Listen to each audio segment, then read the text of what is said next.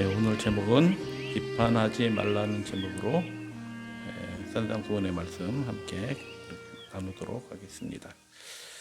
7장 1절 말씀, 비판을 받지 아니하려거든 비판하지 말라라고 그렇게 말씀하셨어요. 판단한다라는 거죠. 근데 예수님께서 왜 이런 말씀을 하셨을까? 당시 형편을 좀 알아볼 필요가 있어요.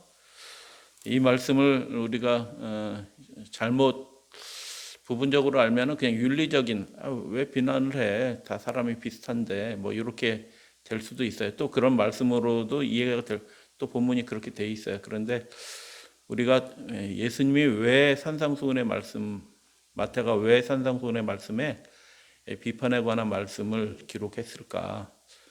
천국 백성의 윤리거든요. 그렇기 때문에 더 깊은 문제가 분명히 있을 거예요. 그런데 그것들 함께 다 살펴보지는 못했어요. 여러분들도 함께 말씀을 이렇게 함께 참여하면서 왜 예수님이 이 말씀을 우리에게 주셨을까라는 것들 함께 생각해 보시면 좋겠습니다. 단순히 윤리적인 것 그 이상의 의미들이 분명히 있어요. 산상수훈의 말씀은 지금까지 살펴본 것처럼 그렇습니다.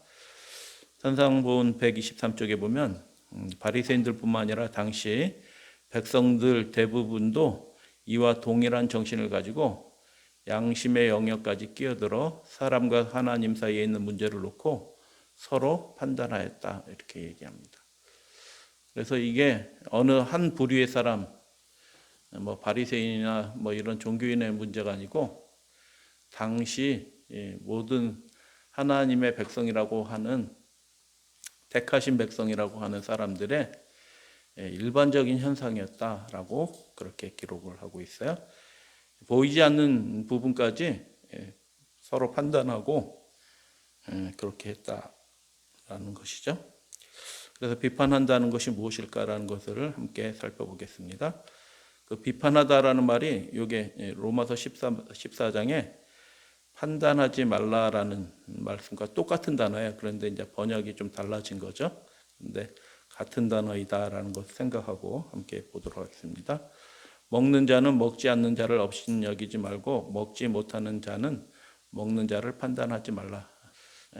이는 그래서 하나님의 말씀에 정결례에 관한 것들 또 제사에 관한 것들 뭐 등 여러 가지 규례들이 있어요. 성만찬에 관한 것들도 있고 먹는 거에 관한 많은 규례들이 있는데 그 로마서 14장에서는 먹지 못하는 자는 먹는 자를 판단하지 말라. 이는 하고 뭐라고 기록이 되어 있을까요?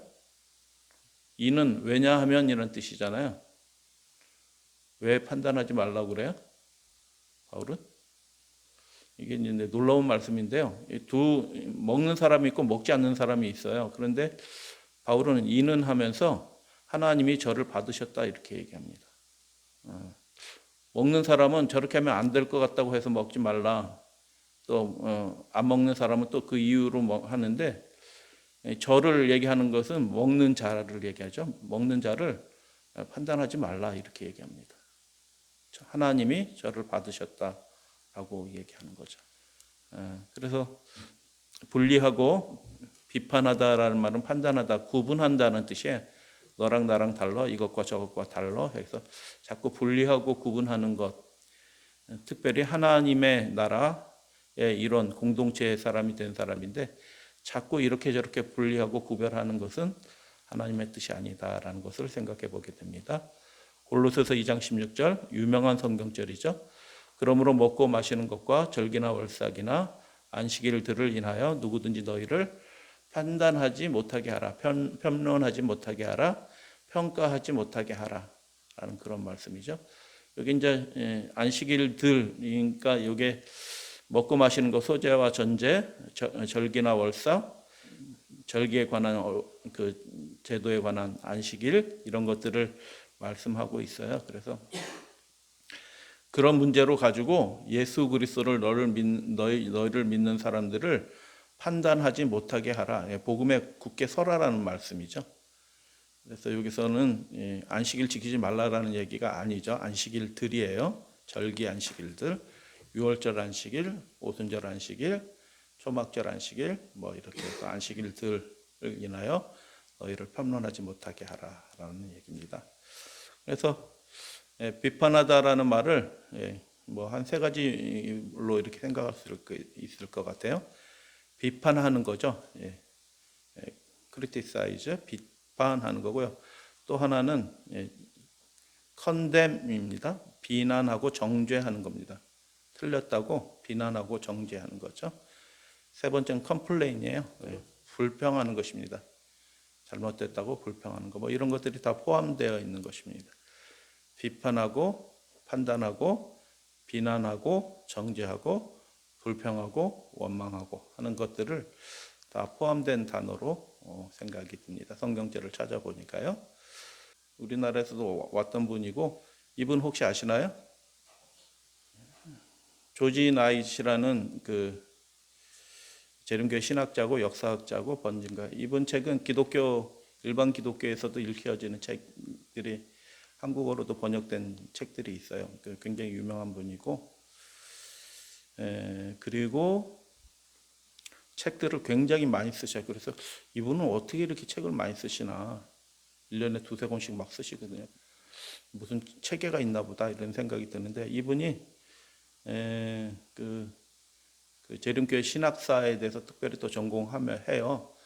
재림교회 내에서 일어났던 여러 신학적인 분쟁들을 쭉 연구하면서 이분이 한 논문에서 10계명 중에서 우리가 계명 하나를 더 한다면 무슨 계명을 더 할 수 있을까 하고 하면서 이런 얘기를 해요. 당신의 이웃에 대하여 신학하지 마십시오. 그래서 신학은 하나님을 알아가는 건데, 이웃에 반대하여 신학하지 마십시오. 이렇게 이웃을 판단하기 위하여, 잘못을 드러내기 위하여 신학하지 마십시오. 뭐 이런 얘기를 그 학교에서 했다는 뭐 그런 얘기를 읽어본 적이 있어요. 그래서 아주 의미심장한 얘기인 것 같아요. 십계명 정신하고도 연결이 되어 있죠. 왜 비판하지 않아야 하는가, 그 이유에 대해서 한 5가지로 살펴볼 거예요. 첫 번째, 이 말씀 자체에 이유가 들어있어요. 비판을 받지 아니하려거든. 너도 똑같이 비판받아, 이렇게 얘기하는 겁니다. 그렇게 되지 않으려거든, 그런 관계가 되지 않으려거든 비판하지 말라라는 겁니다. 똑같이 비판받는 사람인데 서로 비판하면 그 모임이, 그 공동체가 무엇이 되겠느냐, 비판을 받지 않으려거든. 그래서 이유가 달려 있어요. 비판하는 자신도 온전하지 않고요. 그리고 하나님은 하나 되는 것을 기뻐하십니다. 그래서 이 윤리적인 것 이상의 이유들이 분명히 있을 것이다 라는 생각들을 하게 됩니다. 다음 2절 5절 말씀을 보면, 너희의 비판하는 그 비판으로 너희가 비판을 받을 것이요 너희의 헤아리는 그 헤아림으로, 그러니까 비판한다 헤아린다라는 게 비슷한 의미로 같이 쓰여지고 있죠. 헤아림을 받을 것이니라. 어찌 형제의, 이게 굉장히 중요한 표현이죠. 아무것도 그러면 비난하지 말고 틀린 것도 그냥 눈 감고 넘어가고 그냥 다 관용하고 뭐 그런 게 아니고, 특별한 관계 속에서 그렇게 하고 있어요. 형제의 눈 속에 있는 티는 보고 내 눈 속에 있는 들보는 들보는 그 뭐죠? 청년들이나 학생들은 잘 모르는데, 이렇게 중간에 이렇게 지붕을 누르면 이렇게 보가 지나가야 돼. 그래야지 지붕을 얹지. 큰 나무로 돼. 엄청나게 큰 거죠. 이게 과장법이죠. 눈 속에 이게 들어가요, 안 들어가요? 이렇게 눈이 큰 사람이 있어요? 눈 속에 저 한 20m짜리 나무 기둥이 들어가요, 눈 속에? 안 들어가죠. 그냥 과장법이죠. 과장법인데 예수님은 말씀하실 때 이런 과장법을 굉장히 많이 말씀하셨어요. 예수님의 화법의 굉장히 특징 중에 하나야. 과장해서 말씀하시죠. 근데 그 과장이 뻥이 아니고 실제로 우리의 영적으로 깊은 통찰을 하게 되면 실제로 그런 거예요. 우리 속에 큰 결점과 흠이 있는데도 외식하는 자, 겉모양만 이렇게 갖추려고 하는 사람들은 그 속 사람이 있는 깊은 문제를 보지 못하기 때문에 형제의 삶 속에 있는 자그마한 문제는 보지만 자기의 큰 문제, 그 영적인 들보는, 들어가 있는 문제는 보지 못할 수도 있다. 이게 사람의 경향이에요. 사람이 특정한 사람만 그런 게 아니라 예수님 당시에 모든 그 하나님을 믿는다고 하는 보통 사람들도 다 이렇게 사는 거예요. 그러니까 예수님이 안타까운 마음에 하나님의 나라가 임하고 회개하고 천국에 가까웠다라고 선포하시는데 이게 굉장히 중요한 문제인 거죠. 왜냐하면 하나님의 나라의 백성들이 서로 형제들 간에 뭐 자꾸 이렇게 판단하고 정죄하고 비난하고 하는 일들을 계속 하고 있기 때문에 사람의 경향이 그래요. 그래서 보라 내 눈 속에 들보가 있는데 어찌하여 형제에게 말하기를 나로 내 눈 속에 있는 티를 빼라 하겠느냐 빼게 하라 하겠느냐 외식하는 자야. 이게 문제는 거죠. 겉의 문제를 자꾸 이렇게 보게 되면은 자기 속에 있는 그 문제들이 안 보이기 때문에 상대방의 큰 문제들이 자꾸 보이는 거예요. 그 후에 밝히 보고 형제의 눈 속에 티를 빼라. 그런 경향이 우리에게 있다라는 것을 보게 됩니다. 비판하고 헤아리는 그는 죄인이다라는 것입니다. 로마서 2장 1절 말씀에 보면 그러므로 남을 판단하는 사람아, 판단한다라는 것이 아까 7장 1절의 그 말씀이에요. 그러므로 남을 판단하는 사람아 누구를 막론하고 내가 핑계치 못할 것은 남을 판단하는 것으로 내가 너를 누구를 자기가 자기를 정죄한다라는 것입니다. 판단하는 내가 같은 일을 행함이라. 혹시 이거 공감 되시나요? 저는 공감 많이 되거든요. 그렇게 판단하고 그렇게 하는데 실제로는 내 삶에 그대로 다 이루어져요. 그러니까 우리가 얼마나 연약한가 죄인인가라는 것들을 생각하게 돼요. 그렇지 말아야 된다라고 생각하는 그것을 내가 정도 차이가 있고 방향 차이만 있지 비슷한 일들을 다 한다. 그렇기 때문에 남을 판단하는 그 순간 누가 누구를 정죄하냐면 자기가 자기를 정죄하고 있다라고 그렇게 로마서 2장 3장 이제 죄에 대해서 얘기하는 거잖아요. 산상본 124쪽에 보면 다른 사람을 그래서 정죄함으로써 그들은 자기 자신에게 무엇을 하고 있다? 유죄 선고를 하고 있다. 두 번째, 왜 비판하지 않아야 하는가? 그게 죄이기 때문에 우리 비판하지 말아야 되고, 두 번째는 야고보서 4장에 보면 입법자와 재판자는 오직 하나이시니 능히 구원하기도 하시며 멸하기도 하시느니라. 너는 누구간데 이웃을 판단해. 여러분, 입법자, 우리나라 법을 만들 때 그냥 그거 만듭시다 이렇게 해서 만드나요? 그게 아니고요. 다 취지와 목적이 있어요. 깊은 고민을 하는 것입니다. 다른 문법과 다른 사람들 다 해가지고 취지들이 있는데 그 취지들을 어떨 때는 사람들은 놓쳐요. 그 취지들을 놓치고 그 율법 조문에 얽매여가지고 그런 줄 알고 그것만 이렇게 판단해가지고 자기 자신을 또 이렇게 보는 거울로 삼는 게 아니고 다른 사람을 자꾸 비춰보려는 사람들이 생겨요. 그래서 입법의 취지에 안 맞는 일들을 많이 하게 될 수도 있어요. 근데 입법자는 하나님이시다. 그 법을 만드신 취지와 목적과 의도와 그런 것들을 가장 잘 아시는 분은 하나님이시고 그것에 맞춰서 또 판단하실 분도 하나님이시다. 그렇기 때문에 이웃을 판단하지 완전히 아시는 분, 사람을 그 심령을 완전히 아시는 분은 하나님이셔요. 영국의 유명한 언론가 이렇게 비평가했던 버나드 쇼라는 사람 아시죠? 근데 영국 사람들은 프랑스 사람들을 별로 안 좋아해요. 프랑스 사람들은 영국 사람들을 별로 대수롭지 않게 생각하는 거예요. 그런데 이제 영국 사람들이 프랑스나 그 대륙에 있는 화가들, 특별히 예를 들어서 고갱 같은 사람들을 고갱 미쳐가지고 자기 자른 사람의 그림이 뭐 좋다고 뭐 저거 대단한 것처럼 막 이렇게 유행하고 막 이렇게 하는 것들에서 막 영국 사람들이 상류층에서 막 비난을 하는 거예요.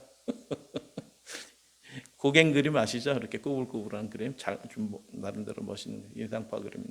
그걸 막 대수롭지 않게 막 폄훼하는 거예요. 그래서 버나드 셔가 어느 날 그 사람들이 다 모인 데서 그림 하나를 딱 가져놔서 이게 최근에 발견된 작품입니다 하고 그림 하나를 딱 보여줬어요. 그러니까 아니나 다를까 그 영국 상류층의 문학에 있는 사람들이 자, 역시 그림은 저렇게 형편이 없어 뭐 어쩌고 저쩌고 하면서 막 색깔 봐, 저 구성 봐 뭐 하면서 막 비난을 하는데 다 듣고 있다가 그 버나드 셔가 뭐라고 얘기했냐면 이 그림은 렘브란트의 그림입니다.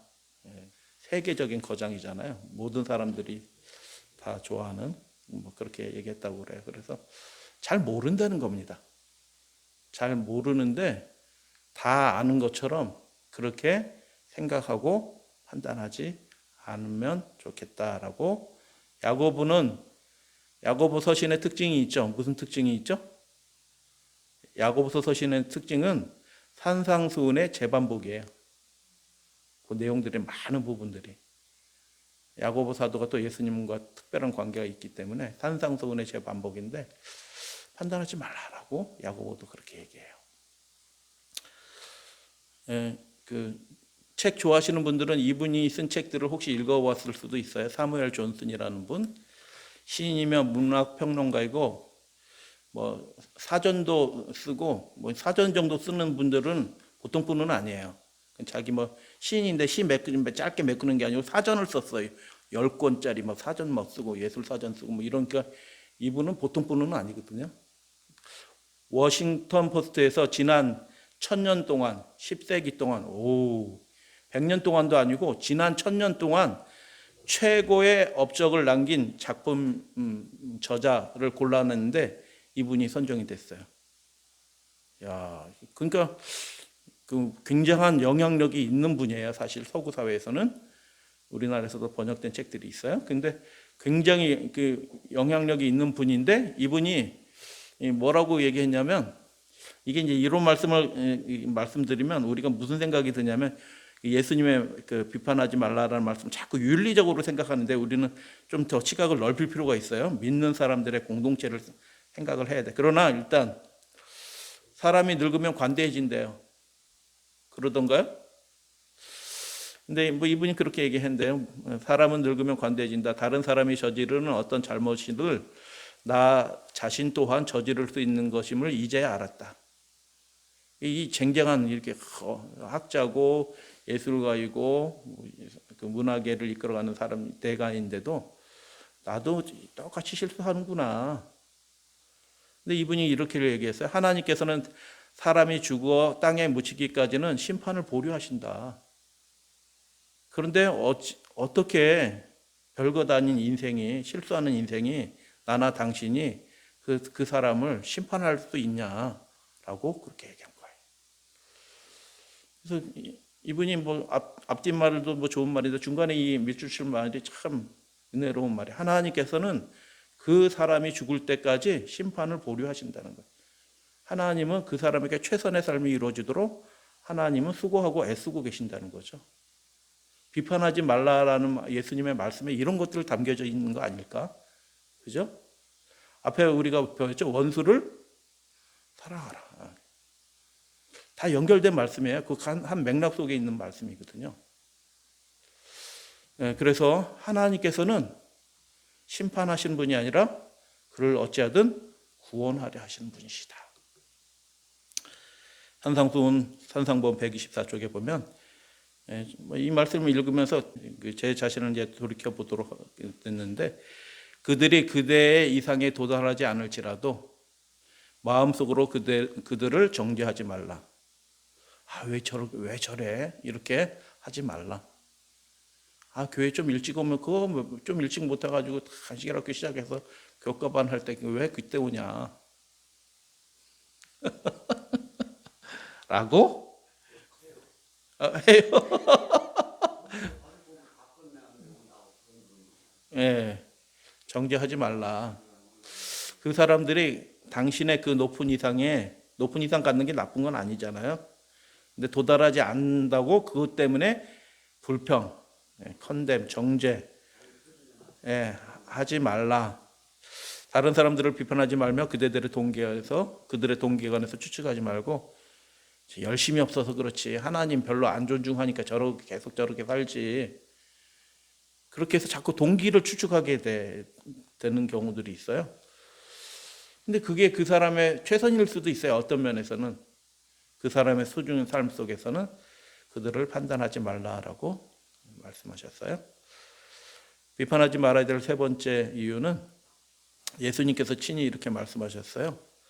하나님이 그 아들을 세상에 보내신 것은 세상을 판단하기 위하여 보내신 것이 아니며 저로 말미암아 세상이 구원을 받게 하려 하십니다. 하나님이 하신 일은 명확한 거예요.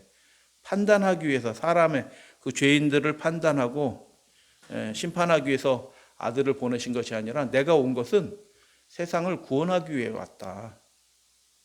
그래서 이 비판하지 말라라는 거, 그러면 어떻게 하라고 이렇게 얘기하면 그 반대는 뭐가 되겠어요? 예수님 말씀대로 하면 그 사람의 구원을 위해서 기도하고 열심을 내라, 이런 말씀이 되는 수도 있어요.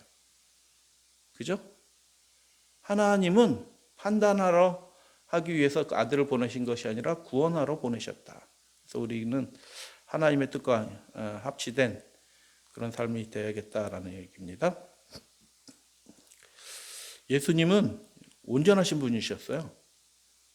그분이 그분 자신으로 기준으로 해서 세상을 보면 세상에 온전한 사람이 하나도 없는 거예요. 예수께서 비판을 받지 아니하려고 비판을 하지 말라고 말씀하신 것은 이러한 정신과 행동을 두고 하신 것이다. 그것은 자신을 기준으로 삼지 말라라는 것이다. 요한복음 8장 다 같이 읽겠습니다. 시작.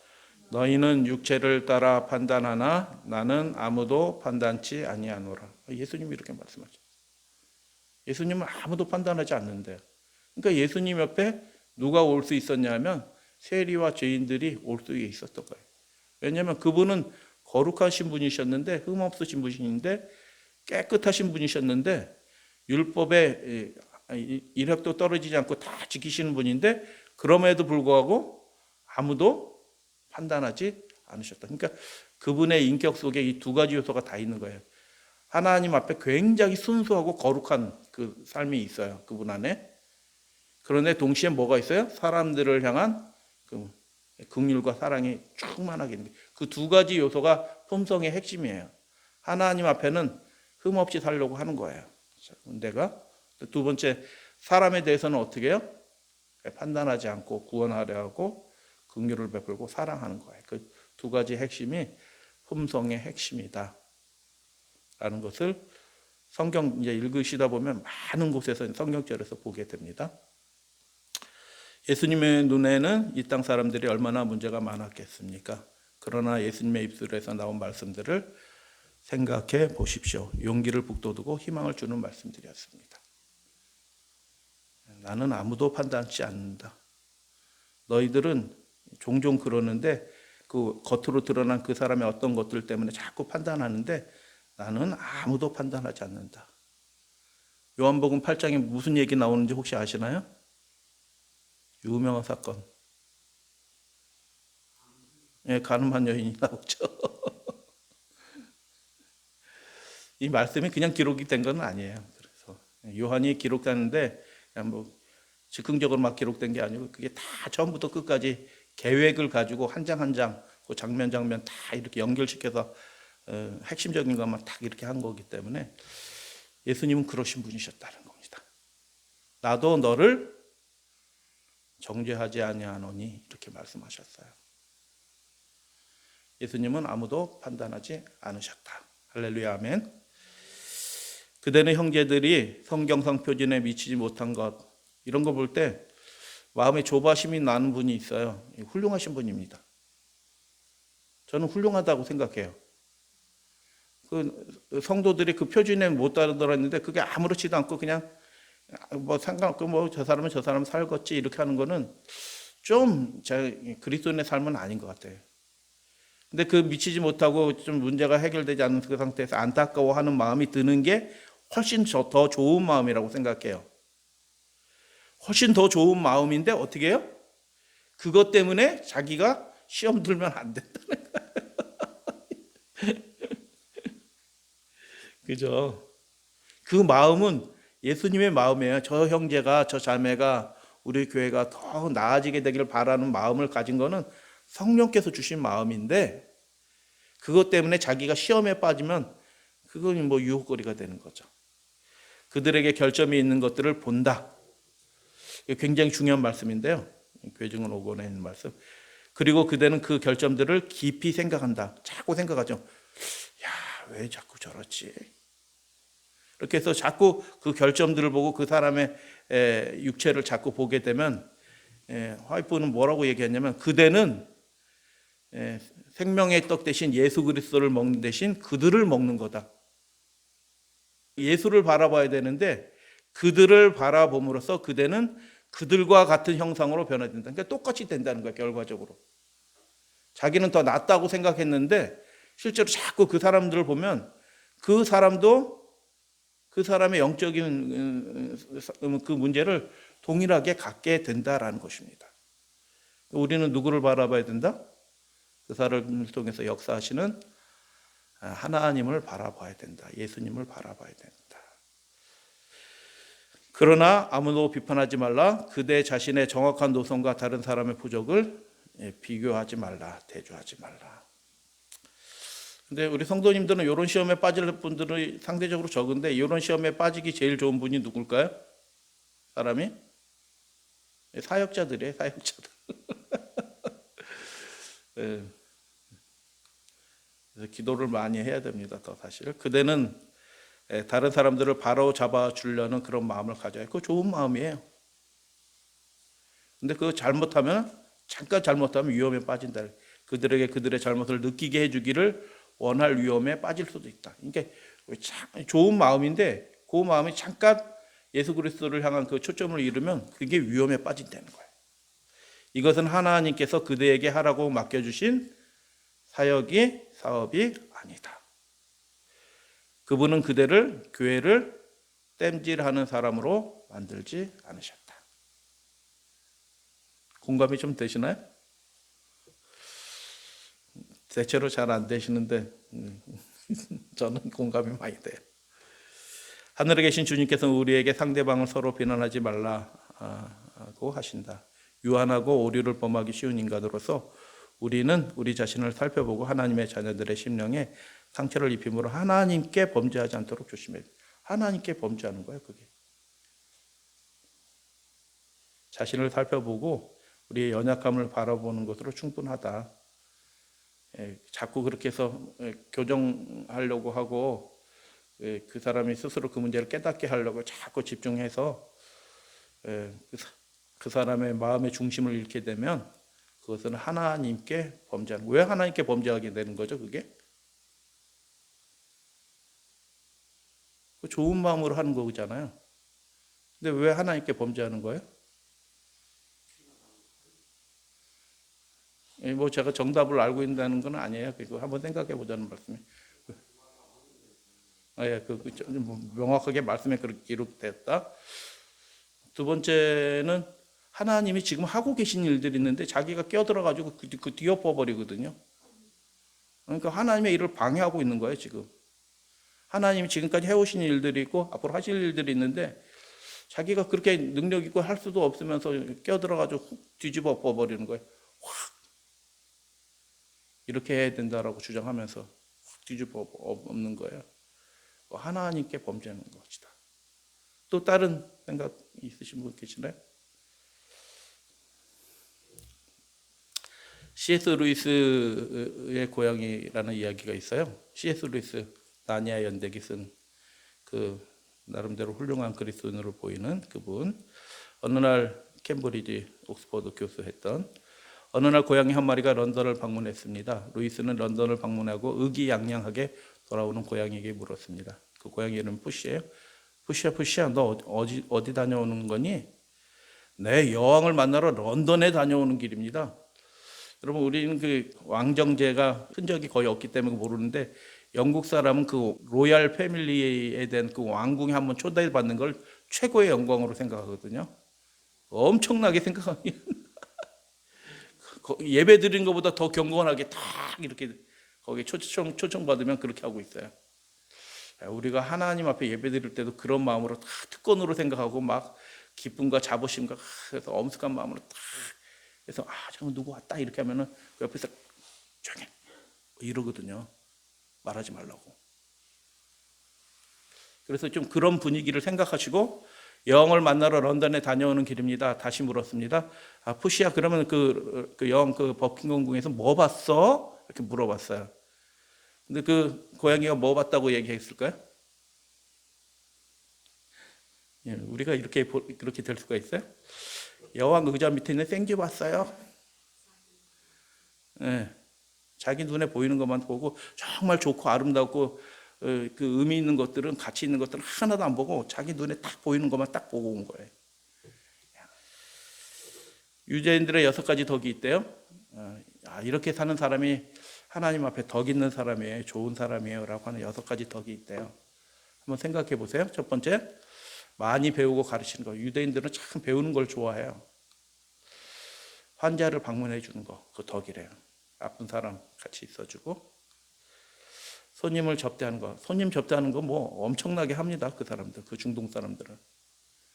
우리는 그런 거 거의 다 잊었잖아요. 근데 그 나라 사람들은 지금도 그래요. 엄청나게 잘 대접합니다. 모르는 사람이 와도. 기도하는 거, 자녀들에게 하나님의 말씀을 가르치는 거. 훌륭합니다. 근데 여섯 번째 것이 뭐냐면 다른 사람의 좋은 점을 생각하는 거. 푸시가 그 왕궁에서 뭐 보고 왔대요? 의자 밑에 있는 생쥐 보고 왔어요. 그 좋은 거 못 보고. 왜 비판하지 않아야 되는가? 우리는 5가지로 살펴봤어요. 우리는 죄인이며 불완전하고요. 하나님이 가장 좋은 심판자시고, 그러나 하나님은 구원하러 오셨고요. 예수님 자신도 아무도 판단하시지 않으신다고 말씀하셨고요. 더 큰 요 7장 1절의 말씀 전후로 이렇게 살펴보면은 사랑하고, 앞에는 사랑하라고 되어 있고요. 뒤에는 대접하라고 되어 있어요. 이해가 되셨죠? 요 말씀이 어디에 끼어 있어요? 원수도 사랑하라는 그 말씀과 대접하라는 말씀 그 사이에 껴 있어요. 그 흐름 속에서 있는 거예요. 그래서 예수님이 말씀하신 건 단순히 그 윤리적이고 뭐 세상 윤리적인 것 이상의 것을 분명히 말씀하셨다. 그래서 마태가 그것을 알고 있기 때문에 그 맥락 속에서 기록을 한 것 같아요. 이 말씀을 쭉 이렇게 살펴보면서 어제 저녁에 든 생각이었어요. 왜 비판하지 말아야 되지? 뭐 여러 가지 이유들을 성경 말씀에서 우리가 살펴봤고, 세상 사람의 이야기도 이렇게 살펴봤는데 왜 비판하지 말아야 되지? 라는 걸 생각할 때 문득 든 생각이, 아침에 화장실을 들어가면서 그렇지. 비판하는 게 우리가 하나님 믿는데 도움이 안 되는 거야. 동의하시나요? 네. 우리가 비판하는 게 우리 영성에 도움이 안 되는 거예요. 그런지도 모르고 자꾸 그렇게 함으로써 우리가 사람 고기를 먹고 있는 거예요. 그죠? 그래서 뭐 우리 성도님들은 또 다른 더 넓은 이유, 더 중요한 이유들을 한번 생각을 해보세요. 제가 이제 쭉 생각하면서 왜 비판하지 말라고 하셨을까라는 걸 생각할 때 요 한 내용이 딱 떠올랐어요. 이게 우리가 하나님 믿는데 도움이 안 되는구나. 전혀. 그렇기 때문에 예수님이 하지 말라고 그러셨지. 그래서 천국 백성들은 비난하는 것에는 게으르고 사랑하는 데는 부지런하다. 그렇기 때문에 좋겠습니다. 우리의 목사들과 교사들은 하나님의 사랑을 타락한 세상에서 전해야 된다. 부드러움으로 녹는 마음을 가지고 진리의 말씀을 선포하라. 오류에 빠진 모든 자들을 그리스도의 온유함으로 대하라. 짜증나거든요, 사실은. 계속 틀린 거 가지고 계속 이렇게 물어뜯으면서 계속 주장하면은 짜증나요.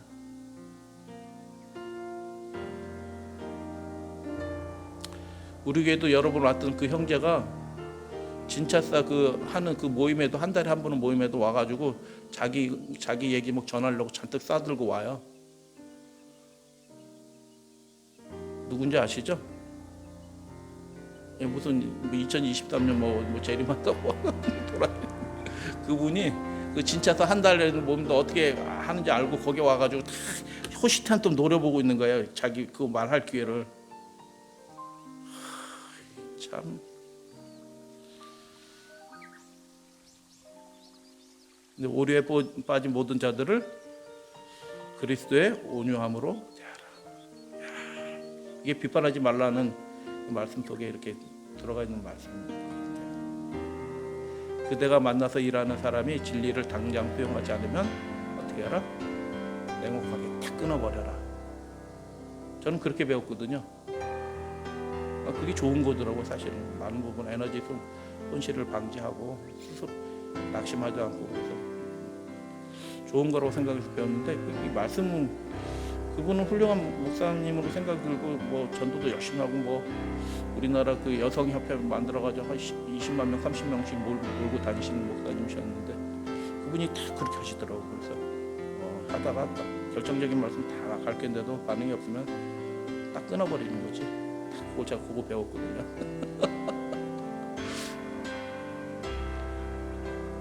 그런데 우리 마음속에 무슨 생각이 되면 저 사람 틀려버렸어. 요 생각 딱 하고 쉬운 생각이 드는데 그거는 하나님 생각하고 열심히 한 거 수고했다. 하나님은 그렇게 말씀하실 것 같아요. 근데 그 다음 거는 하지 마라. 내가 할 일 아직 남아있다. 그를 저런 사람이 뭐 해서 말씀 들어갔어 하고 비난하지 말라. 정죄하거나 나무라지 말라. 그대가 그리스도의 온유함과 부드러움과 사랑으로 그분을 전해야 한다는 사실을 기억하라. 아멘.